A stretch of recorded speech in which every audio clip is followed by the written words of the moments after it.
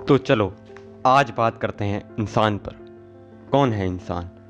इंसान वो है जो अपने मतलब के लिए उन नन्हे पेड़ों को दर्द पहुंचा रहा है और नई नई इमारतें खड़ी कर रहा है। इंसान वो है जो अपने स्वार्थ के लिए समुद्रों को धीरे धीरे पीछे धकेल रहा है और नई नई इमारतें खड़ी कर रहा है। अपने नए नए इन्वेंशन की वजह से अर्थ के लिए नई नई मुश्किलें रोज़ खड़ी कर रहा है। चलो शुरू से बात करते हैं। Over 30 years, forests nearly two-thirds the size of Haryana have been lost to 23,716 rupees। जो पेड़ हमें इतनी चीज़ें देते हैं जैसे फल, फूल, लकड़ी, और हम बदले में उन्हें क्या दे रहे हैं? मौत, सिर्फ और सिर्फ मौत। एक रिसर्च से ये पता चला है कि population of our country will be around 1.52 billion और अभी इस समय हमारी कंट्री की पॉपुलेशन है 1.38 बिलियन। हम अपनी गलती की सज़ा उन मासूम पेड़ों को दे रहे हैं। अब देखिए, जब पॉपुलेशन बढ़ेगी तो उनके रहने की जगह की डिमांड भी बढ़ेगी और डिमांड बढ़ेगी तो पेड़ों की कटने की स्पीड भी बढ़ेगी। 15 billion trees are cut down every year. The Global Forest Watch project using satellite imagery estimates that global tree loss in 2019 was 24 million hectares. Kabir ji ने कहा है, कबीर मनीषा जन्म दुर्लभ है, देना बारंबार, तरवर थे फल झड़ी, पंड्या बहुरी ना लागे डर।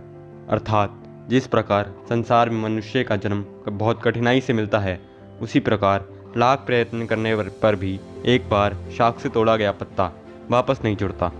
बच्चे तो बच्चे, बड़े बड़े भी अपने मज़े के लिए किसी भी पेड़ की पत्ती को तोड़ लेते हैं। वो बेजुबान जो कुछ बोल नहीं सकते, उनका भी फ़ायदा उठाया जा रहा है। चलो वो तो चल भी नहीं सकते, पर जो चल सकते हैं और बेजुबान हैं उन जानवरों को भी बख्शा नहीं जा रहा। Bye a survey 7 billion people in the world and average consumption was 14.5 kg per person in 1 year। मतलब आप हिसाब लगा सकते हैं कितने बेजुबान मुर्गियों की हर रोज़ जान जाती है। ये भी अपने मतलबी होने के कारण है। और भी कई चीज़ों का खाया जाता है जैसे बकरी, मछली इत्यादि। अब ये मानने वाली बात है कि इंसान से ज़्यादा समझदार कोई नहीं इस दुनिया में, मगर भगवान ने यह सोच के बनाया था कि ये बाकी सारे जीव जंतुओं को ख्याल रखें, मगर इन्होंने उन्हें पका के खाना शुरू कर दिया और तो और उनकी खालों का इस्तेमाल करके कई बेल्ट और जैकेट्स बनाने लगे, जो शायद आज कारण है टाइगर्स की स्पीशीज़ के ख़त्म होने का डर।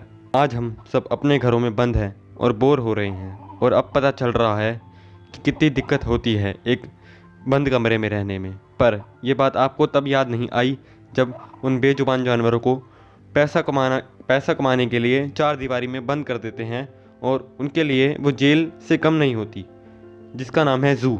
और तो और कई भी वैक्सीन दवाई टेस्ट करनी हो तब भी उन बेजुबान जानवरों की ही याद आती है।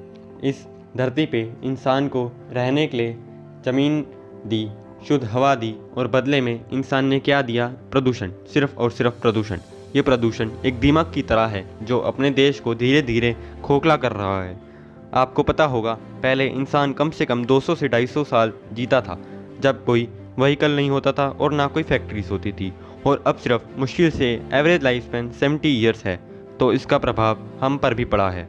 मगर जो बेजुबान जानवर हैं और पेड़ हैं, वो तो ना व्हीकल चलाते हैं और ना उन्हें कोई फैक्ट्री से काम होता है, पर सबसे ज़्यादा उन्हीं को दिक्कत होती है। हम तो अपने घर पर रह सकते हैं, पर ना तो उनको कोई घर होता है और ना कोई बचने का साधन। अब तो हमने समुद्री जीव जंतुओं को भी नहीं छोड़ा, उनके रहने की जगह कचरा फेंकने लगे। और आप बताइए, अगर आपके घर पे कोई कचरा फेंकने लग जाए तो आप क्या कहोगे? आप तो कंप्लेंट कर सकते हो, मगर उन जीव जंतुओं का क्या जो अपनी सुरक्षा कर भी नहीं सकते और ना कहीं कंप्लेंट कर सकते हैं और रोज़ धीरे धीरे घुट घुट के जीते हैं उस गंगा नदी में, जहाँ सब अपने पाप धोने जाते हैं और वहीं पाप करके भी आते हैं।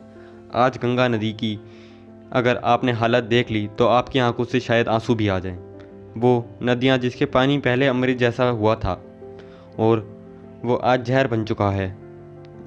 जिनके नलके में 24 घंटे पानी आता है वो तो ये समझते नहीं कि पानी की कितनी वैल्यू होती है, और वो ये समझते हैं कि पानी तो कभी ख़त्म ही नहीं होगा और हम इसे जितना मर्जी वेस्ट करें तो कोई फ़र्क नहीं पड़ेगा। मगर उन लोगों से पूछो जिनके यहाँ टैंकर आते हैं और उस टैंकर से पूरे मोहल्ले वालों को बाल्टियों और घड़ों में पानी लेना पड़ता है। कभी कभी तो उनको पानी नसीब भी नहीं होता और ये उस महत्वपूर्ण चीज़ को ऐसे ही वेस्ट करते रहते हैं। अब जो कर्म हमने करे हैं उसका फल तो भुगतना ही पड़ेगा। फल का नाम है कोरोना। अब भगवान ने हमें अपनी औकात दिखा दी। हम सोचते थे हमसे बढ़कर कोई है ही नहीं और हम हर आफत से निपट सकते हैं, पर जो भगवान हमें सजा दे रहा है वो सही दे रहा है। कोविड तो कम था, जो दो साइक्लोन भी आ गए। First cyclone name Tauktae hit southern Gujarat on 17 May 2021 and was classified very severe cyclonic storm. Second cyclone named Yas hit West Bengal in May 2021. शायद कोविड कम था, जो 2 साइक्लोन भी आ गए और कई लोगों के घर तोड़ के चले गए। तो किसी ने सही ही कहा है, सब देशों ने अभिमान था अपने परमाणु का और अब कुछ नहीं कर पा रहे एक कीटाणु का। हमें इतना गुरूर हो चुका था, शायद वो तोड़ना भी ज़रूरी था। इस धरती पर हम अपनी खुशी के लिए हर जीव जंतुओं को नुकसान पहुंचाते आए हैं और आगे भी ऐसे ही पहुंचा रहे हैं। अगर हम रुके नहीं तो इससे भयंकर आपदा भी आ सकती है। तो कृपया अभी सुधर जाओ, वरना शायद आगे सुधरने के लिए टाइम भी ना बचे। और पहले खुद को बदलें, फिर आप दूसरों को बोलो, टोको और रोको। धन्यवाद।